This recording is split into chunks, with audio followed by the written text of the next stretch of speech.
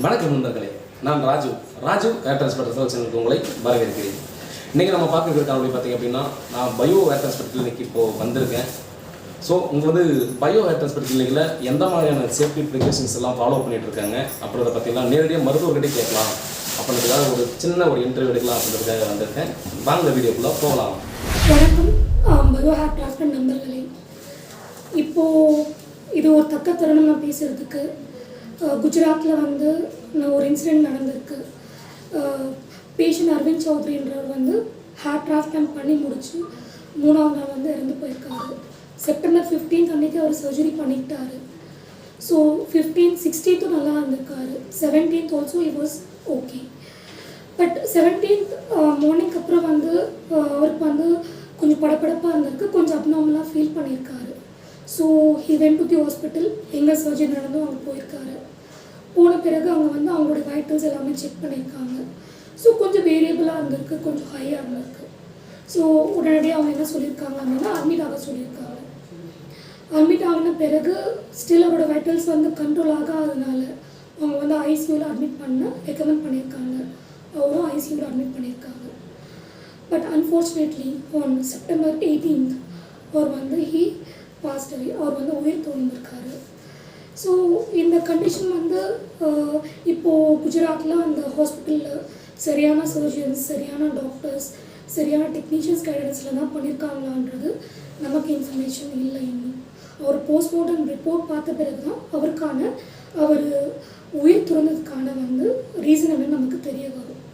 But இப்போ இந்த சூழ்நிலையில் நம்ம எல்லா நண்பர்களுக்கும், எல்லா பேஷண்ட்ஸ்களுக்கும் இப்போ யார் ஹேர் டிரான்ஸ்பிளான்ட் பண்ண விரும்புகிறாங்களோ அவங்களுக்குமே ஒரு சிறிய பயம், மனசில் குழப்பங்கள், சந்தேகங்கள் நமக்கு வந்திருக்கும். ஸோ இந்த வீடியோ மூலிமா பயோ ஹேர் டிரான்ஸ்பிளான்ட்டில் ஒரு பேஷண்ட்க்கும் நம்ம எப்படி medicinal care, protective care, surgery முன்னாடி இந்த சர்ஜரி முடிச்சுட்டு போகிற வரைக்கும் என்ன பண்ணுறோன்றதை கிளியராக நம்ம எக்ஸ்பிளைன் பண்ண போகிறோம். இங்கே we have doctor of 4 people and certified professional technicians இருக்கும். நம்ம எல்லாருமே இங்கே கண்டிப்பாக உங்களோட உயிருக்கு எந்த ஒரு பாதிப்பும் ப்ளஸ் உங்களோட உயிருக்கு நாங்கள் எல்லாம் கேரும் எடுத்துக்கிறோம். ஸோ அதுக்கான எல்லா முயற்சிகளும் நாங்கள் எடுத்துகிட்டு தான் எடுப்போம். கண்டிப்பாக ஃப்யூச்சர்லேயே அது நடந்துட்டு தான் இருக்கும். ஸோ நம்ம டாக்டர்ஸ் டீம் ஒவ்வொருத்தரும் என்னென்ன பணிகள் பண்ணிட்டு இருக்காங்க, பண்ணிட்டு இருக்குன்றதை அவங்க தெளிவாக அவங்க சைட்லேருந்து ஒரு எக்ஸ்ப்ளனேஷன் நம்ம கொடுப்போம். சரிங்களா? நமக்கு ஒரு டாக்டர் ஒரு பேஷண்டோட மெடிக்கல் ஹிஸ்ட்ரியும் பார்க்குறாங்க. ஒரு டாக்டர் சர்ஜரி தியேட்டரில் 24 hours இருப்பாங்க அப்சர்வேஷனில். அவங்க பேஷண்டோட வைட்டல்ஸ் அன்னன்னைக்கு எப்படி இருக்குன்றதை செக் பண்ணுவாங்க. நம்மளுடைய சர்டிஃபைட் டெக்னீஷியன் அவர் அனஸ்தீஷியா லெவல்ஸு, அதுக்கப்புறம் சர்ஜரி பண்ணும்போது பேஷண்ட்டோட கண்டிஷன் எல்லாமே செக் பண்ணுவாங்க. ஸோ அதனால் உங்களோட மனசில் எந்த குழப்பங்கள், எந்த சந்தேகங்கள், டவுட்ஸு எதுவாக இருந்தாலும் நீங்கள் டிரெக்டாக பயோ ஹேர் டிரான்ஸ்பிளான்ட் டாக்டர் டீமை ரீச் பண்ணுங்கள். கண்டிப்பாக உங்களுக்கான எல்லா எக்ஸ்ப்ளனேஷனும் நாங்கள் கொடுப்போம். ஸோ உங்களோட டவுட்ஸ்லாம் கிளியரான பிறகு சர்ஜரி பண்ணால் போதும் நீங்கள் அப்படி. ஸோ நம்மளோட டீட்டெயில் ஸ்டேட் நான் யூஸ் பண்ண போகிறேன். நீங்கள் பயோ ஹேர் டிரான்ஸ்பிளான்ட்க்கு உள்ளே வந்ததுலேருந்து இவங்க தான் ஃபர்ஸ்ட் பாயிண்ட் ஆஃப் கான்டாக்ட். அதாவது உங்களுக்கு எல்லா டவுட்ஸுமே நீங்கள் அவங்களை கான்டாக்ட் பண்ணலாம். இப்போது ரிசப்ஷனில் இருப்பாங்க, அப்புறம் நர்ஸ் இருப்பாங்க, ஸ்டாஃப் நர்ஸ் இருப்பாங்க. அவங்க செகண்ட் பாயிண்ட் ஆஃப் கான்டாக்ட் தான். இப்போ எந்த டவுட்டாக இருந்தாலும் இவங்களை கான்டாக்ட் பண்ணும்போது இவங்க மோர் இன்ஃபர்மேஷன் உங்களுக்கு கொடுக்கறதுக்கு நிறைய வாய்ப்புகள் இருக்குது. She is Yashoda, doctor Yashoda. இவங்க ஃபுல் கன்சல்டேஷன், ஒரு பேஷண்டோட மெடிக்கல் ஹிஸ்ட்ரி எல்லாமே இவங்க பார்த்துப்பாங்க. And he is mister doctor Kirupa. Okay, இவர் என்ன பண்ணுவாங்கன்னா சர்ஜரியில் பேஷண்ட் அப்சர்வேஷனில் இருப்பார். அண்டர் இவரோட அப்சர்வேஷனில் சர்ஜரி நடக்கும். So he'll be under the surgery point of contact mister Kirupa. And he is mister Naveen. He is mainly for கம்ப்ளீட்டாக சர்ஜரி பற்றி அவர் பார்த்துப்பார். அனஸ்தீஷியா கொடுக்கறதுலேருந்து பேஷண்ட்ஸோட கண்டிஷன் உரிமை சர்ஜரி எப்படி இருக்குது, அப்புறம் ஒரு சர்ஜரியும் கரெக்டாக போயிட்டுருக்கா இல்லையாங்கிறத கம்ப்ளீட்டாக நம்மளுடைய நவீன் பார்த்துப்பாரு. இவர் சர்ஜரி பண்ணிட்டு இருக்காரு. ப்ளஸ் இவர் தான் ஓடி மேனேஜர். ஓகே, இவரோட கண்ட்ரோலில் தான் நியர்லி 6 to 7 டெக்னீஷியன்ஸ் இருக்காங்க. ஓகேங்களா? ஸோ இப்போ ஓடியில் அவங்களுடைய ஹேர்லைன் மார்க்கிங்கில் இருந்து, அதுக்கப்புறம் அவர் டோனர் ஏரியாவிலேருந்து எல்லாமே டிட்டர்மைன் பண்ணுறது. Will be part of it, will be major part of it. Everyone, this is Dr. Yashoda. Regarding hair transplant procedure பிளானிங்கில் வந்து பார்த்திங்கன்னா ரொம்ப basic and most important medical record அப்படிங்கிறதே வந்து பாஸ்ட் மெடிக்கல் ஹிஸ்ட்ரி அப்படிங்கிறது தான். ஸோ எதுக்கு நம்ம பாஸ்ட் மெடிக்கல் ஹிஸ்ட்ரி அப்படிங்கிறது எடுக்கிறோன்னா வந்து first of all you will get to know about the patient and after that நம்மளோட எஃபெக்டிவ் ட்ரீட்மெண்ட்டுக்காக அண்ட் காம்ப்ளிகேஷன்ஸை ப்ரிவென்ட் பண்ணுறதுக்காக அண்ட் நம்மளோட சக்ஸஸ் ஆகட்டும் இல்லை ஃபெயிலியர் ஆகட்டும் எந்த ஒரு சர்ஜிக்கல் ப்ரொசீஜர்ஸ்னாலும் இந்த பாஸ்ட் மெடிக்கல் ஹிஸ்ட்ரி நல்லா இன்ஃப்ளூயன்ஸ் ஆகும். அண்ட் ஆல்சோ நம்மளுக்கு ஒரு டாக்குமெண்டேஷனுக்காகவும் வந்து இந்த பாஸ்ட் மெடிக்கல் ஹிஸ்ட்ரி அப்படிங்கிறது ரொம்ப ரொம்ப இம்பார்ட்டன்ட். அதனால தான் வந்து ஈவன் இன் ஆர் கிளினிக் எந்த ஒரு எங்களோட ஓபி ஷீட்டில் பொறுத்த வரைக்கும் பார்த்தீங்கன்னா ஒரு ஹேர் எவால்வேஷனுக்கு அடுத்து வரக்கூடிய ஒரு ஜென்ரல் கொஷனில் ஒரு பேசிக் கொஷின்ஸே வந்து do you have any medical problem because as much it is so important. சரிங்களா? இப்போது பாஸ்ட் மெடிக்கல் ஹிஸ்ட்ரியில் அப்படி நம்ம என்னென்னலாம் கேட்போம் அப்படின்னா வந்து first of all is epileptic or not, patient வந்து எபிலெப்டிக் இருக்காங்களா இல்லை, because so that we can rule out last episode எப்போ அப்படிங்கிறதும் அவங்க அதுலேருந்து ரெக்கவர் ஆனாங்களா இல்லைங்கிறதும், ஸோ எவ்வளோ டியூரேஷன் அவங்க மெடிக்கேஷன்ஸ் எல்லாம் எடுத்துகிட்டு இருக்காங்க அப்படிங்கிறதெல்லாம். நெக்ஸ்ட்டு என்னென்னா வந்து அவங்க ஹைப்பர் டென்சிவாக இருக்காங்களா இல்லை வந்து ஹைப்போடென்சிவாக இருக்காங்களா அப்படிங்கிறது. நெக்ஸ்ட் டயபெட்டிக்காக இருக்காங்களா, பிகாஸ் டயபெட்டிக்காக இருந்தாங்கன்னா ஹீலிங் இம்ப்ராப்பராக இருக்கும். ஹைப்பர்டென்சிவ் ரொம்ப பிபி அதிகமாக இருந்துச்சுனாலும் ப்ளீடிங் டிஸார்டர்ஸ் நிறையா இருக்கும். அண்ட் ஆல்சோ வேறு ஏதாவது ப்ளீடிங் டயத்திசிஸ் இருக்கா அவங்களுக்கு ஈஸியாக வந்து ஃபார் தட் நாங்கள் சிடிபிடி அப்படிங்கிற ப்ரொசீஜர்ஸும் இருக்கும்.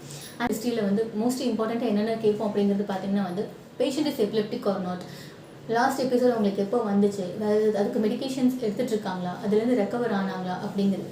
ஆஃப்டர் தட் ஹைப்பர் டென்சிவா இல்லையா இல்லை ஹைப்போடென்சிவா அதுக்கு மெடிக்கேஷன்ஸ் எடுத்துகிட்டு இருக்காங்களா அப்படிங்கிறது எல்லாமே. நெக்ஸ்ட் டயபெட்டிக் பேஷண்ட்டா, பிகாஸ் டயபெட்டிக் இருந்துச்சுன்னா வந்து கண்டிப்பாக ஹீலிங் இம்ப்ராப்பராக இருக்கும். ஸோ அதனால் வந்து ரொம்ப ரொம்ப இம்பார்ட்டண்ட்டான டயபெட்டிஸ் இருக்கா இல்லைங்கிறது ரூல் அவுட் பண்ணணும். நெக்ஸ்ட் தைராய்ட் பேஷண்ட்ஸ்க்கெல்லாம் பார்த்தீங்கன்னா யூஸ்வலாகவே அவங்களுக்கு ஹேர் லாஸ் இருக்கும். ஸோ இனிமேல் நம்ம வந்து இந்த ப்ரொசீஜர்லாம் பண்ணோன்னா அவங்களுக்கு ஹேர் லாஸ் இனிமேல் வந்து அக்ரிவேட் ஆகிட்டு தான் இருக்குமே தவிர ட்ரீட்மெண்ட் சக்ஸஸ்ஃபுல்லாக இருக்காது. வேறு ஏதாவது ப்ளீடிங் டயத்திசிஸ் ப்ராப்ளம் இருக்கா. And allergies most importantly local anaesthesia allergy ஏதாவது இருக்கா, ட்ரக் அலர்ஜிஸ் வேறு ஏதாவது இருக்கா, ஆல்ரெடி வந்து ஏதாவது ஒரு ட்ரீட்மெண்ட் பண்ணுறதுக்கு முன்னாடி ஒரு ஈவென்ட் ஃபுல் ட்ரீட்மெண்ட் நடந்திருக்கா அவங்களுக்கு, அதனால் வந்து ஏதாவது சிம்டமேட்டிக் ஆயிருந்திருக்காங்களா, இதெல்லாமே வந்து நம்ம மெடிக்கல் ஹிஸ்ட்ரியில் கேட்கணும். ஸோ இந்த மாதிரிலாம் கேட்டுக்கிட்டா தான் வந்து இஃப் அட் ஆல் அந்த ஒரு சில மெடிக்கல் ப்ராப்ளம்ஸை நம்மளால் ரெக்கவர் பண்ண முடியும் அப்படின்னா வந்து we will get physician concern. Most importantly you can see here இதிலெல்லாம் வந்து நாங்கள் வந்து ஃபிசிஷியன் கன்சர்ன் வாங்கியிருக்கோம். ஆல்ரெடி பேஷண்ட்ஸ் கார்டியோவாஸ்குலர் ப்ராப்ளம்ஸ் இருக்கிற பேஷண்ட்ஸ்க்கு அண்ட் தைராய்டு பேஷண்ட்ஸ்க்கு எல்லாத்துக்குமே வந்து இந்த மாதிரி ஒரு கன்சர்ன் வாங்கியிருக்கோம். பிகாஸ் கார்டியோவாஸ்குலர் பேஷண்ட்ஸில் எடுத்துக்கிட்டிங்கன்னா they might be on aspirin, right? So ஆஸ்பிரினில் இருக்கும் போது கண்டிப்பாக ப்ளீடிங் ப்ராப்ளம்ஸ் எல்லாமே இந்த ப்ளீடிங் அவ்வளோ சீக்கிரம் வந்து நிற்காது, it will keep on bleeding. So இந்த மாதிரி ஒரு பேஷண்ட்ஸ்க்கு வந்து easily under high risk or low risk or moderate risk இந்த மாதிரி ஃபிசிஷியன் கன்சர்ன்லாம் வாங்கிட்டு தான் we will start. So you should believe on us, okay? Because ஏன்னா எந்த ஒரு ப்ரொசீஜரும் வந்து ரொம்ப பிளான்ட் அண்ட் கரெக்டான முறையில் தான் இங்கே பண்ணிகிட்ருக்கோம். So you can believe on as.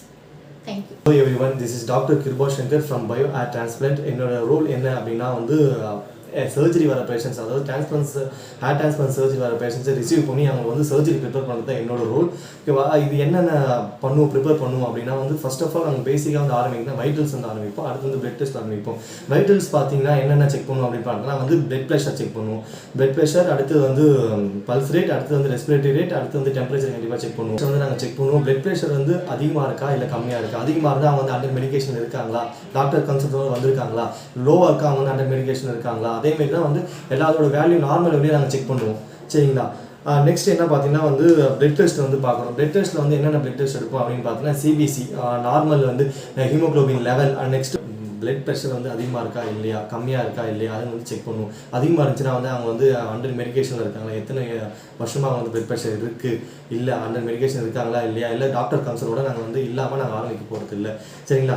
Next என்னென்னு பார்த்தீங்கன்னா பிளட் டெஸ்ட் வந்து என்னென்ன பண்ணுவோம் பார்த்தீங்கன்னா வந்து சிபிசி அண்டு வந்து ஹீமோக்ளோபின் டெஸ்ட் பண்ணுவோம். அடுத்து வந்து பிளேட்லெட் கவுண்ட் பண்ணுவோம். அடுத்து வந்து ஹெச்ஐவி டெஸ்ட், அந்த ஹெப்படைட்டிஸ் டெஸ்ட், அடுத்து வந்து தைராய்டு டெஸ்ட்லாம் வந்து நாங்கள் வந்து செக் பண்ணுவோம். கண்டிப்பாக இதில் வந்து ஏதாவது ஒரு டிசீஸ் இருந்துச்சு அப்படின்னா வந்து நாங்கள் வந்து சர்ஜரி வந்து போஸ்ட்மார்ட் பண்ணிடுவோம். அடுத்தது வந்து ஜென்ரல் ஃபிசிஷியனோட கன்சர்ன் இல்லாமல் நாங்கள் வந்து ஸ்டார்ட் பண்ண மாட்டோம்.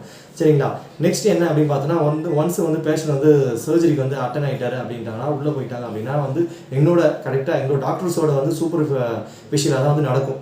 வந்து எவ்ரி 3 hours வந்து நாங்கள் வந்து வைட்டல்ஸ் வந்து செக் பண்ணிட்டு இருப்போம். நெக்ஸ்ட் வந்து ஒரு 30 minutes கழிச்சு நாங்கள் வந்து போய் செக் பண்ணிகிட்டே இருப்போம். பேஷண்ட்ஸ் வந்து ஓரியன்டாக இருக்காங்க, வெல் கான்ஷியஸாக இருக்காங்க, பேஷண்ட் வந்து ஏதாவது அலர்ஜி இருக்குங்களா அப்படின்னு சொல்லிட்டு செக் பண்ணுவோம் கண்டிப்பாக. சரிங்களா?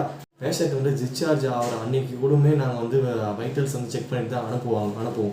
ஆஃப்டர் தட், அதாவது நாங்கள் 3rd டேலேருந்து அடுத்த 10th டே வரைக்குமே நாங்கள் வந்து பேஷண்ட் வந்து ஃபாலோ பண்ணி தான் இருப்போம் நாங்கள். சரிங்களா?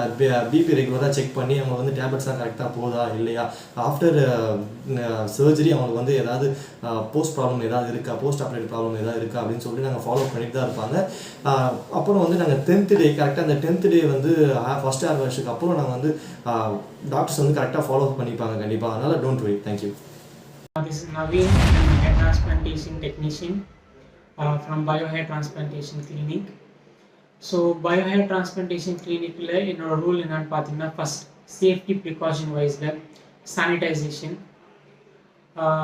ஓடி வந்து கம்ப்ளீட்டாக ஃபியூமிகேட் ஆகிருக்கா, யூஸ் பண்ணுற இன்ஸ்ட்ருமெண்ட்ஸ் எல்லாமே கம்ப்ளீட்டாக சானிடைஸ் ஆகிருக்கான்னு சொல்லிட்டு ஐ மேக் ஷூர் த ஓடி is completely sanitise before surgery.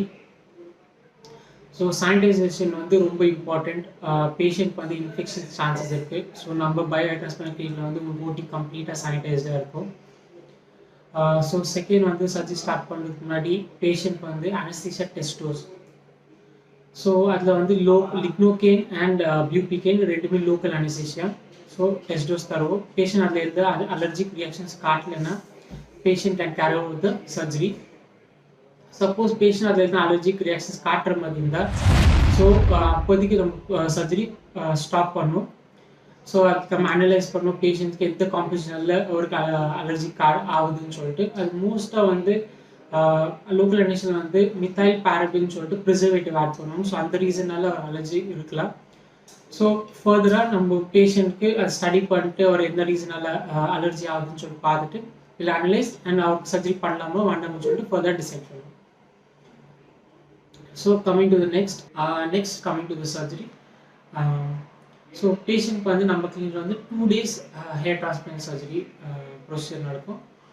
So first day வந்து கொஞ்சம் ஹேர் எக்ஸ்ட்ராக்ஷன் பண்ணுவோம், பின்னாலேருந்து முடி எடுக்கணும். அதுக்கப்புறமேட்டா நாங்கள் ஹேர் லைன் மார்க்கிங் பண்ணுவோம். பேஷண்டோட ஃபேஷியல் ஸ்ட்ரக்சர் மேலே டிபெண்ட் பண்ணிட்டு ப்ளஸ் பேஷண்டோட டிசைன் ப்ரிஃபரன்ஸ் பொறுத்து. ஸோ அதுக்கப்புறம் will be doing the implantation. So second day வந்து திருப்போ எக்ஸ்ட்ராக்ஷன் ப்ரோசஸ் நடக்கும். அதுக்கப்புறமேட்டா இம்ப்ளான்ட் பண்ண இடத்துல நோ ஹை டென்சிட்டி தரும். ஸோ டூரிங் த ப்ரொசீஜர் வந்து டாக்டர் வந்து ரெகுலராக பேஷண்டோட வைட்டல் ஸ்டேட்டஸ்லாம் மானிட்டர் பண்ணணும். ஸோ நீங்கள் தைரியமாக பயோ ஹேர் டிரான்ஸ்பிளான்ட் கிளினிக்கில் ஹேர் டிரான்ஸ்பிளான்ட் சர்ஜரி பண்ணிக்கலாம். We will take care of you. Thank you. நம்ம வீடியோ பிடிச்சிருந்தா லைக் பண்ணுங்கள், ஷேர் பண்ணுங்கள், சப்ஸ்கிரைப் பண்ணிக்கோங்க. மறக்காமல் பக்கத்தில் இருக்கிற பெல் பட்டனை கிளிக் பண்ணிக்கோங்க. அப்போ தான் அடுத்த நோட்டிஃபிகேஷன்